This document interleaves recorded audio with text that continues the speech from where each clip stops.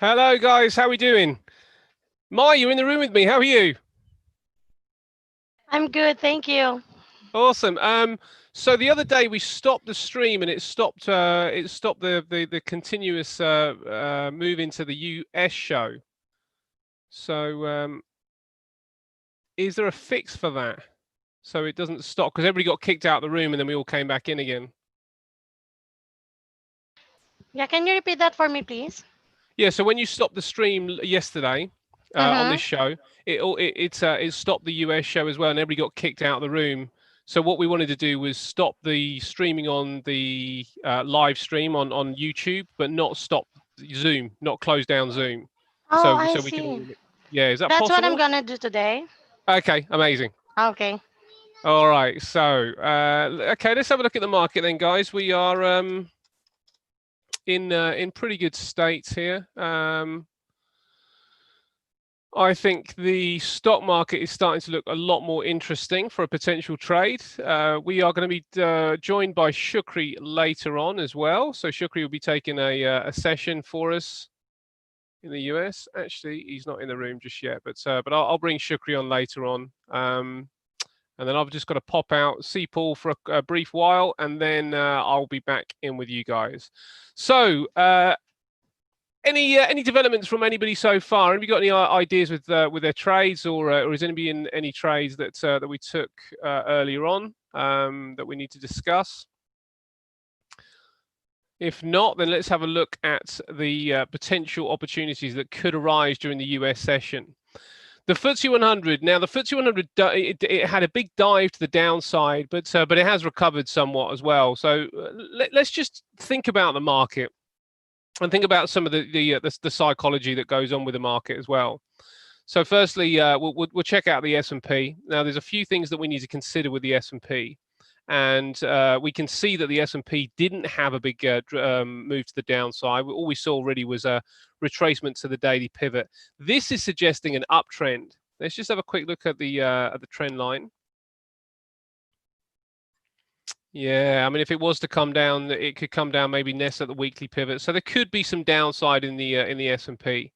The FTSE 100 is looking a little less stable in many respects. What we got with the FTSE is this area here, which is causing a problem. It's more of a horizontal line actually. Just along here, it's quite scruffy. I'm not even sure whether it got quite to the high, the point that it's most likely to get to. Looks like a bit of nervousness kind of came in at this particular point, and then we started our move to the downside. But in a lot of respects, looking at this 4-hour chart, really we're still in an uptrend. But the problem is the daily pivot. So this is causing an issue. Now I thought maybe there may well be an opportunity to sell this off during the US session. Sorry, but I'm not so sure about it now. Looking at it in a bit more detail, could be that the maybe towards the end of the day, possibly we might see some downside, but looks like a bit of volatility kind of creeping in here. Now I want to bring in the VIX and see what the VIX is suggesting. And the VIX is suggesting that now look at the dollar coming down. So I think Geoff was talking about some dollar weakness, and that dollar weakness is manifesting itself right now. Not that far away from a possible turning point back to the upside in the dollar index, but not that clean and not that clear. So I don't think the movement that we need to get to jump on board anything longer term is likely to happen today. I think it may well just reverse on us and go in the opposite direction. So not too sure about that. But let's just have a look at the VIX and see what that's suggesting. Because all we're trying to do at this stage is get enough evidence which tells us whether today is the day that we either reverse direction or do we just continue to the upside in some of these markets as we've seen. Now, if we look at the VIX, so this is relative to the S&P 500, what we're seeing is the possibility of a basing out down here on the daily chart. So we are seeing that there is possibly some downward movement that could come into the stock market over the course of the next few days, or maybe the next few weeks. But yeah, the VIX hasn't really tested anything significant yet. So I wonder whether we might get trapped in a bit of a range, but the VIX does look like it could well push higher. Yesterday's bar isn't very clear, so it looks like today, could be a little bit benign, and movement in the VIX doesn't look like it's going to give us a nice clear indication here. Let's just check this on some other time frames. Check out the 4-hourly. Yeah, and the 4-hourly just kind of adds the evidence that it could be basing out down here. This trend line here has been penetrated, so that could be a problem. So really, what we're seeing with the VIX is quite a nice signal in many respects. Now, I still can't find where I put my pen, which is very, very concerning in many respects. It's a pretty important piece of kit, my pen, because it goes with my screen. So I could do with finding that. Well, I'm not going to find it anytime soon, I don't think.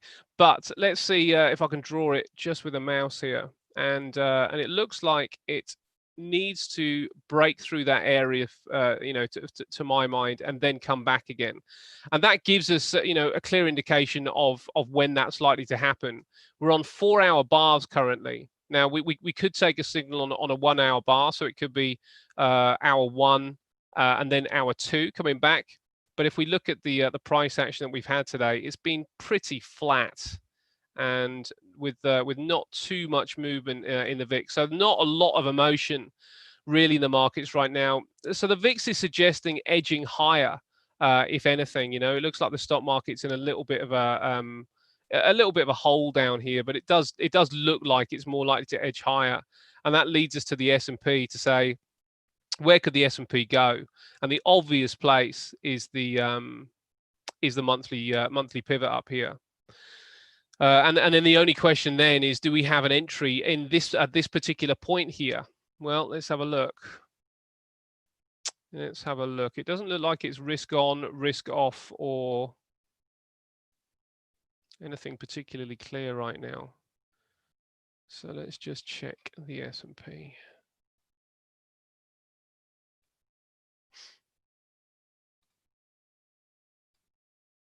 Where are you?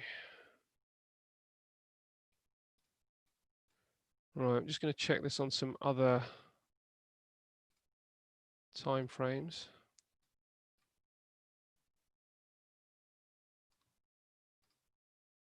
Yeah, it's not very clear, I have to say. Just looking across the board, it's not very clear. So nothing really that I would safely say, let's get into the S&P. So I've just seen some posts here. Shukri, how you doing, buddy? Jonathan, see you in as well. And Gurav and Swee, how's everybody doing? Right then.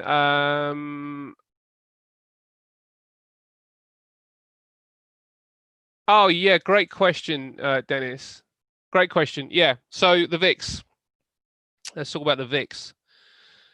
So what we're trying to do really across the board is try and find barometers of what may happen in the stock market. We're trying to find a kind of clear indication of just before we get into any trades that we want to get into, a clear indication of what we can use that could suggest that we are going to maximize our profit. And the VIX is a really good barometer for the S&P, and therefore in some respects the FTSE 100 as well. It really does depend on why the VIX is moving, but the FTSE 100 specifically is so closely aligned to the S&P that you can almost trade it as a proxy. It doesn't perform anywhere near as well as the S&P, to the upside. But when things are coming down, the FTSE will probably follow things down, and I can illustrate that just by showing you the weekly chart here. Also looking at the S&P, that area there is below the monthly pivot. So actually, even if we did aim to the monthly pivot, looking at 33.92 looks like it could actually be a bit sticky there. So I don't really like the S&P. Pretty nice hammer last week, which did suggest that we would see a week of an attempted move to the upside, which has played out now. So it can come down. But look at this, the S&P FTSE 100, completely different in some respects because we haven't seen the recovery. But if you mark off some of the down months in the FTSE here. In fact, let's mark off some of the really big down moves in the FTSE. There's another one there, and obviously that one there. And then look at the S&P. S&P came a little bit later, right on the same timeline here, pretty much on the same timeline here, same month down here. When the FTSE was coming out, the S&P is moving to the upside. So you can see that they are very closely aligned. It doesn't mean that one will necessarily move the other, and it depends what's going on. So you want to pay attention to the whole market on that front.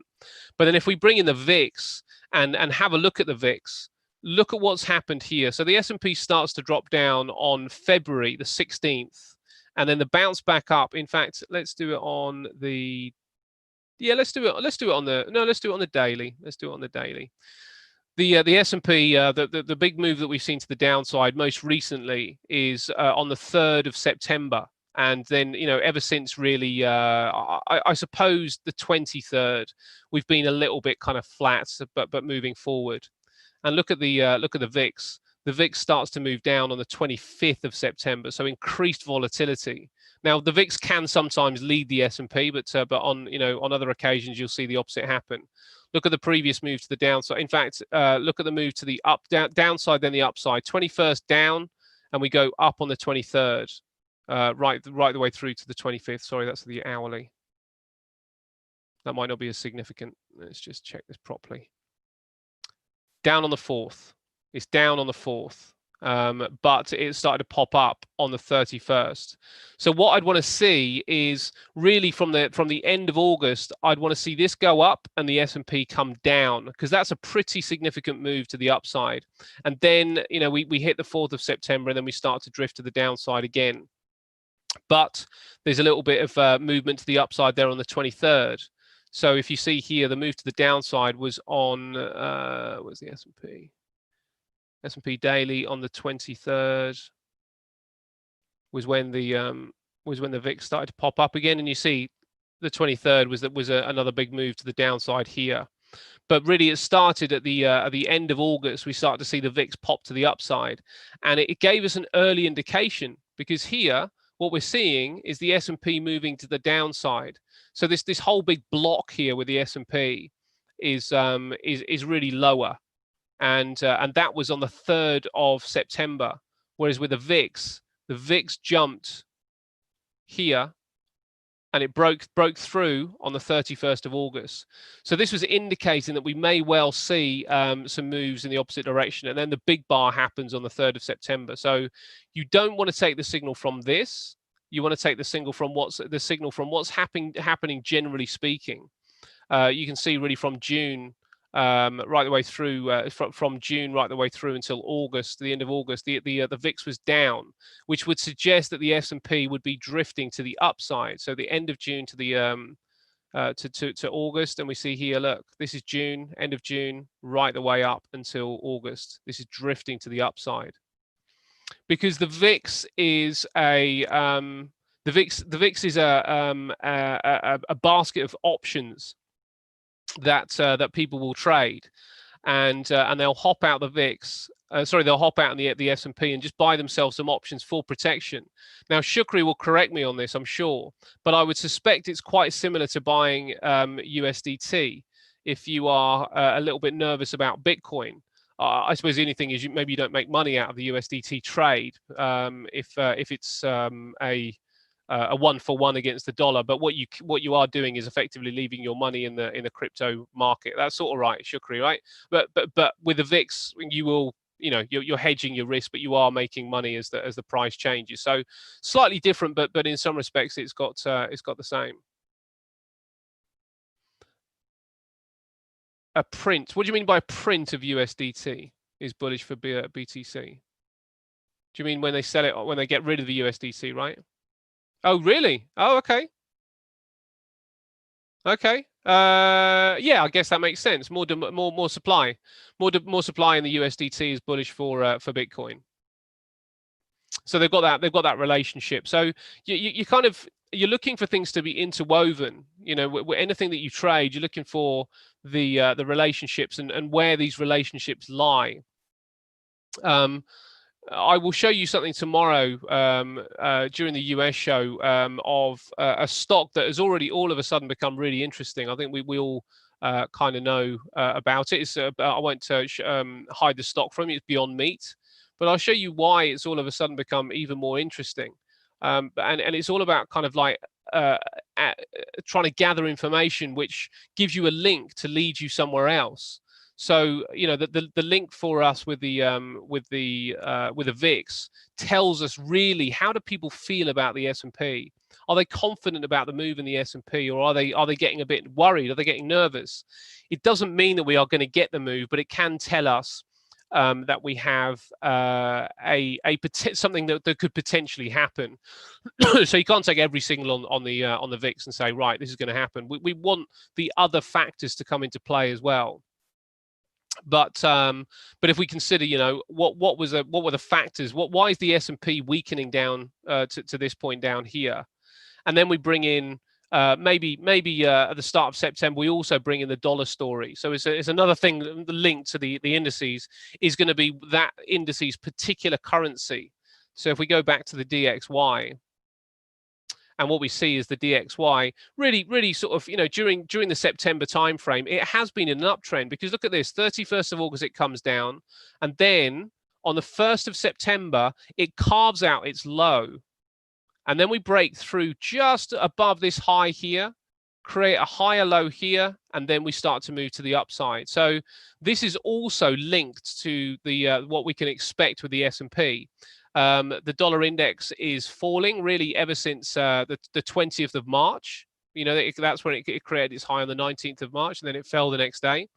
And if we go back to the S&P again, we see that the S&P was going up on the low on the S&P was the 20th of March. In fact, the low really was the 23rd of March, so then at the start of the next week. But then we start the move to the upside. So there are two relationships that you need to consider before you take a trade with the S&P. You need to consider the dollar and you need to consider the VIX. Okay, and if you want to be a proficient S&P trader, and that's all you want to trade, then you effectively want 3 or 4 screens. You can't really trade it off one screen that successfully unless you're very good with tabs. But you need 3 or 4 screens really, where you can say, right, how's the VIX doing? How's the dollar doing? Now let's check the S&P throughout our time frames. Do I have a trade? You know, what's the monthly, weekly, daily looking like? 4 hourly, and if you are a scalper or a day trader, then you might look at the 15 and 5. Put all those things in consideration, where if you get good at analyzing charts, you don't really need to know about fundamentals if you're good at analyzing charts, because what you can do is analyze the dollar and analyze the VIX and come to the conclusion that they are telling you the same thing. If they're married, they're telling you the same thing. And if they're married positively, if you like, the dollar's going up and the VIX is going up, it would suggest that the S&P will probably be going in the opposite direction. So if I'm looking at this, what am I seeing? Well, in the dollar, I'm seeing a drift to the downside. Is that positive or negative for the S&P? Potentially positive. So do I want to take trades short in the S&P? Probably not. I look at the VIX. Is it positive or negative? At this stage, it's a little bit negative. It's broken through there on the 4-hour chart. Little bit negative. Do I want to take trades to the downside with the S&P with the VIX a little bit negative? Probably not. But in saying that, what's the broader picture? And the broader picture is that I have a higher high and a higher low, and then really a range going on, and I'm at the lowest point of the range, or near anyway. I'm near the lowest point of the range on the VIX. So it could suggest that we're not too far away from another turning point in the S&P. But if we trade it here, we may well be jumping the gun. Is there any index on the US Junk bond. I don't know, Sui, if I'm truthful. That's a really good question. Because what you're asking is, are there any other correlations that we can see? You can just check the chart of bonds and treasuries, and yes, the treasuries do also play a part in this. And if you were going down and saying, right, how can I get general barometers of the S&P? What would be the barometers that I would use? I would use the VIX. I would use the dollar index. I would use the 5-year treasury, or maybe the 10-year. So you want a treasury kind of analysis in there as well. Treasury bonds. You want to see what's going on with those. I want the dollar yen, just to see what the music is out there. Does that suggest to me that we are risk on, or are we risk off? So I'd want that as part of my analysis. And you could throw in the euro, I suppose, but you're really kind of looking for a basket of things to analyze that will give you the best possible chance of making a correct decision on the S&P. So when Geoff says the market will scream at you, you'll be surprised how many times these things just line up. I mean, I just showed you the dollar and the VIX and how they've lined up, both on the the end of at the end of August. We go here and look at this at the end of August, 31st of August. We see the VIX pop to the upside. You see that bar there? Let me just pop it up a little bit bigger.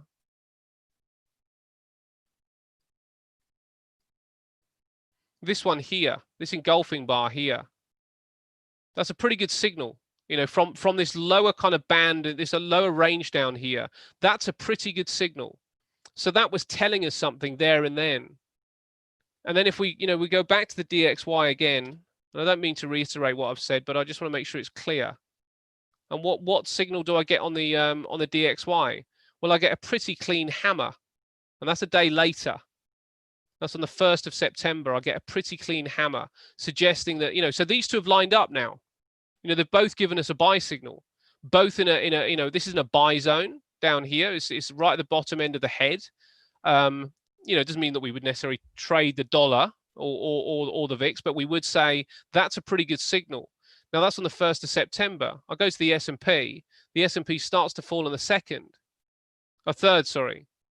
So we've got our signal. It doesn't mean that that's the time we're going to take our trigger, but we got a signal. So all we need now is something to suggest that the S&P is going to be turning, and we could simply do that with chart analysis. Let's flip to the short-term time frame here. Nothing on the daily. The daily's still suggesting upside. It's above the pivots and everything else. Was there a signal on the shorter-term time frame? Was there a signal on the daily? On the 4-hour. And with the 4-hour, we've got this trend line going.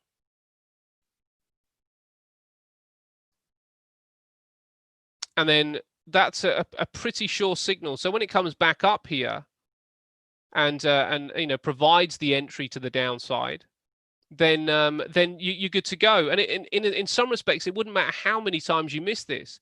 You're probably not going to get that first move. When it moves to the upside, you probably won't trigger your trade there. If you're trading buy and sell stops, you're probably going to trade it under this bar and potentially under the monthly pivot there. So if you're going to go under the monthly pivot with a stop at the high, 75, you're almost, well, in fact, you're talking about a 3-to-1 from the entry to the very, very low. And I'm not saying that you would take that whole thing, but what it's telling you is on the broader picture, you are setting up for trades. And we've only considered signal on the 4-hour.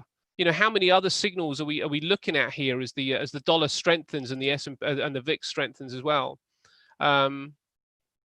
So the VIX is really important. I mean, for a roundabout way, I want to explain properly why it's important. So hopefully that's given you a bit of indication.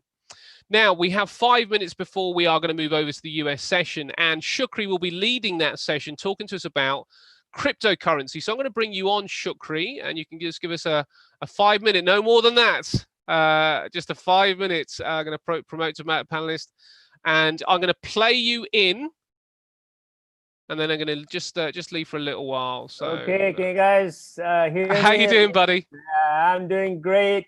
I'm gonna turn on the camera. Do I have the power to share the screen? Short one, but key, very, very key. This one, okay? Big news, go for today. Big news today. Okay, let me share the screen now. I'm gonna share the screen. Continue. This is big news, okay? For Malaysia, for Bitcoin in general, and Ethereum. Okay, you guys in Malaysia know about Country Heights, right? Country Heights Holding, very big company. So today, guys, even I'm shocked.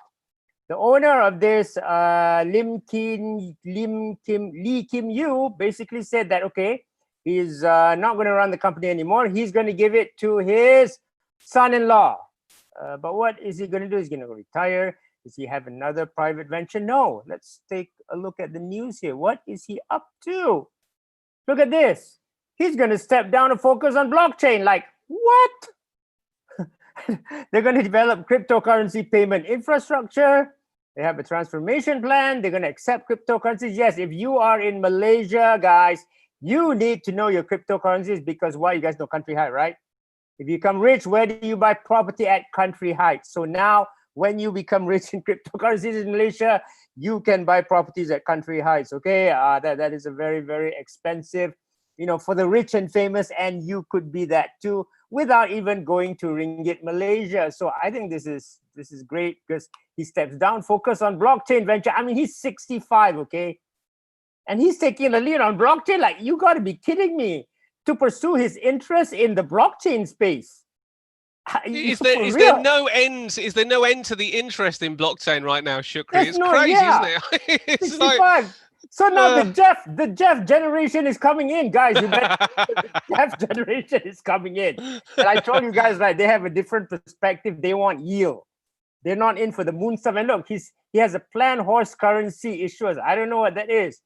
I mean, look, and all of this is legit, because a lot of people don't know. Yeah, that's his young son-in-law, which is like in the old economy. So it's weird. The 60s are in the new economy, and the younger guys in the old economy. So guys, don't be like this guy. Join us on Entrance to Wealth. Join the YouTube channel. Join the show. Does he look happy? No, he doesn't look happy. Okay, he's going to be left behind. Okay, the horse currency is going to be end of the year. I don't know what it's about with it. Probably be on Ethereum, because Country Heights now does accept Ethereum and Bitcoin as a means to pay for property. So this is big news. So guys, you need to know your stuff. I mean, like Helen, I don't know, maybe your mom one day might want to buy something in Country Heights, or you might want to buy something in someday in Country Heights, right? You gotta know where your wallet is. If you transfer, hey, did you guys get it? What's the transaction hash? Correct? Where is it? I sent it. I sent you 2 million. Oh, non-reputable. Okay. So you remember all this, right? So we're gonna go through all this. That's why you have to follow the free show, because the future is coming here, guys. I don't know. What about the UK? What's happening there? Are your Geoff generation moving there? Moving to the UK? I'm already here. No. Moving towards cryptocurrency. Is the grandfather generation moving? Yeah, no, I absolutely am. It's such an eye opener for me, kind of having you on board, and I don't go into anything with my eyes shut. And my eyes are opening all the time. I'm not ready yet, and the reason I'm not ready is not because I'm not ready. I guess with where I feel like I am with my knowledge of cryptos, it's more that I don't think the timing is right yet. I do want to buy some Ethereum. I might even want to buy some Neo. You kind of sparked my interest in that one as well. But I don't think the timing's right yet. I wonder whether we are going to see just a bit more downside with it. And I might rude to see to say that. Because I've seen that AID is up 30% from its lows, but there's plenty of time and there's plenty of room for maneuverability in all this stuff. So, because Ash, if you're late, you can buy the horse. yeah. Why not? Why not? Talking about being late, we are a bit late getting into the Yeah. UK US show, so let's do that. If we could stop this stream and we will go over to the US show. Thank you guys so much for popping in. Those of you staying with us, we'll see you in the US show, and I'm going to play Shukri a tune, and then we're going to get started.